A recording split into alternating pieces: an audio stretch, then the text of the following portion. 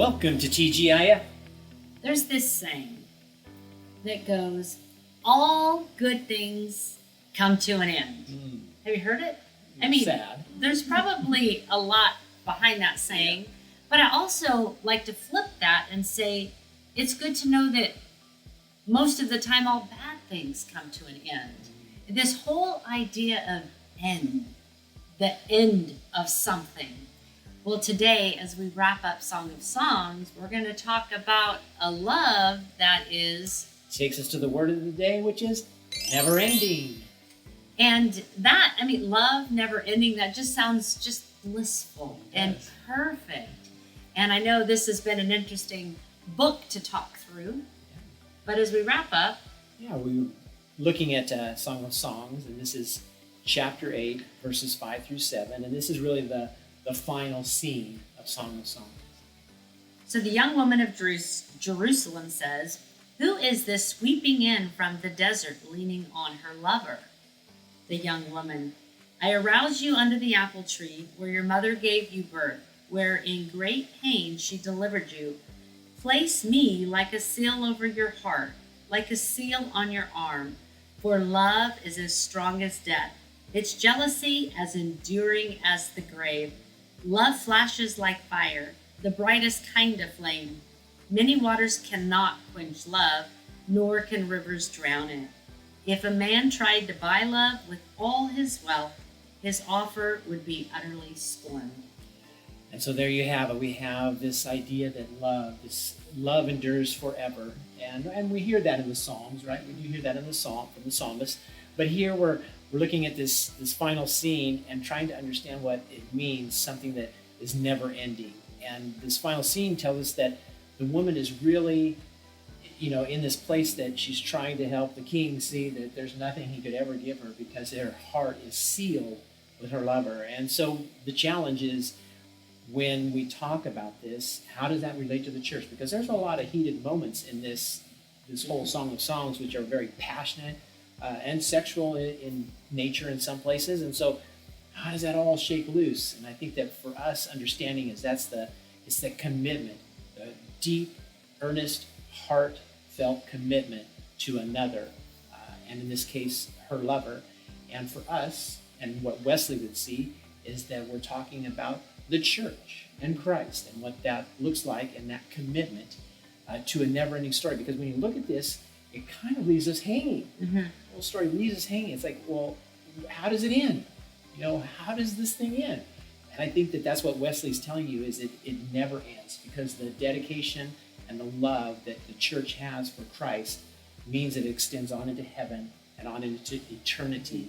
And so the writer's trying to help us with understanding that this commitment is forever and ever. And so I kind of wonder about our commitments. What do we commit to?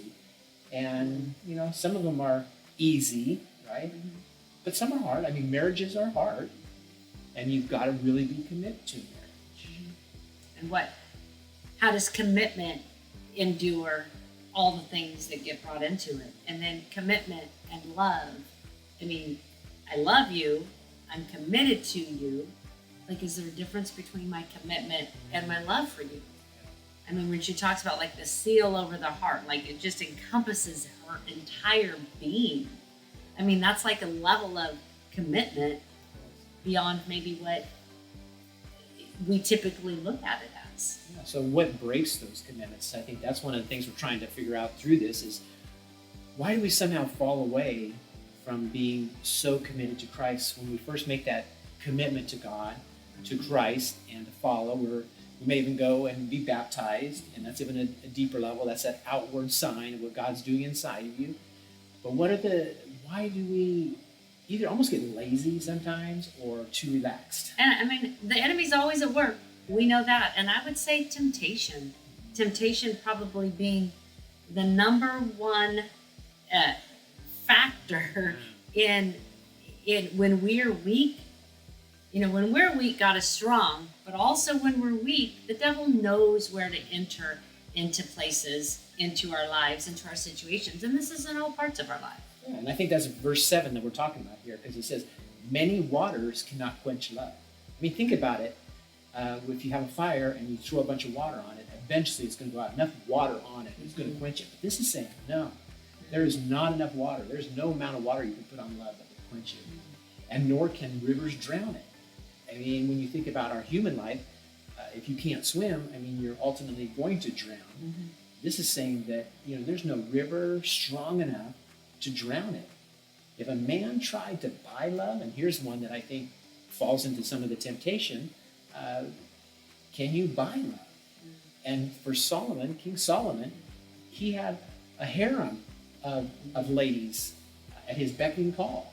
And in some levels, he bought some of them, enticed them with jewels and fine living and plenty of the wealth that goes on with that. And can you truly buy love with all your wealth? His offer in this place is utterly scorned. So she's like, there's no wealth. It's going to take me away from the one that I'm sealed with. And that's how we are with Christ. We're sealed with this. And that's how we should live every day, with that seal with Christ. But man, it's hard when all the busyness and the temptation, like we said, and the pain and the suffering, and just the things that go with life on this earth in these human bodies, to just say, I am just that. I mean, Christ. I mean, like, me and Christ are like this 24/7. Like, that's who we're called to be. But what does that look like? It goes on in verses 8 and 10, and 8 and 10 talk a little bit more about this, and it's how she continues her defense of her virtues, that they are secure in her innermost physical being, right? That her readiness for this lover and her lover is always there. It's like she's on the cusp and always committed to him, or if he, when he shows up. And it's like, that's what I wonder when, like, you go to work or something and you're like, well, I got all this stuff to do. You just get buried in it and you forget about that commitment. It's like, oh, but Christ could come right now at any moment. It's kind of like that new Christian, their excitement. I mean, they're on fire for Jesus. Everything they're doing, they're finding a way to connect it. I mean, that excitement. We get lazy, like we said. Or something comes along that looks a little better. That's the temptation, right? We're talking about. But then there's suffering, or there's, we get something that we're like, oh man, does God really love us?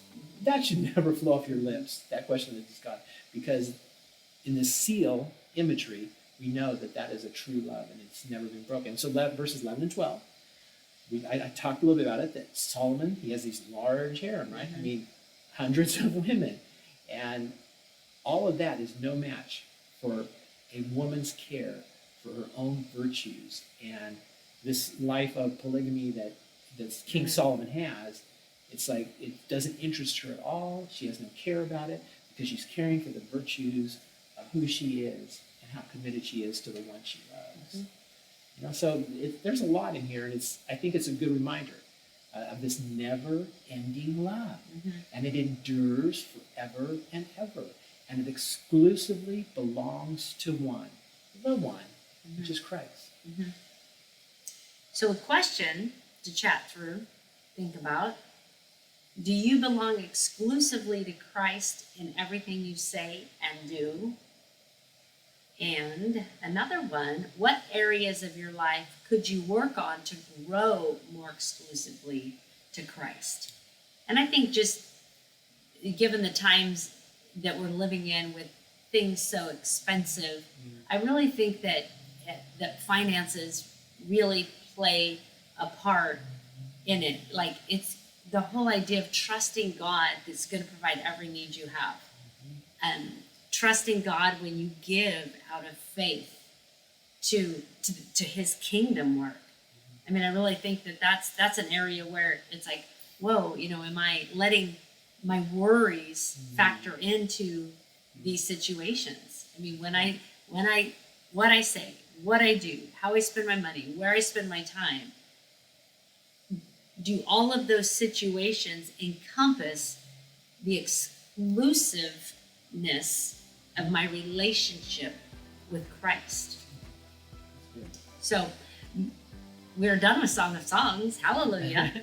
And we will be going into the book of Isaiah. So to get ready for next week, read Isaiah chapters 1 through 12. And we'll see you next time on TGIF. Bye.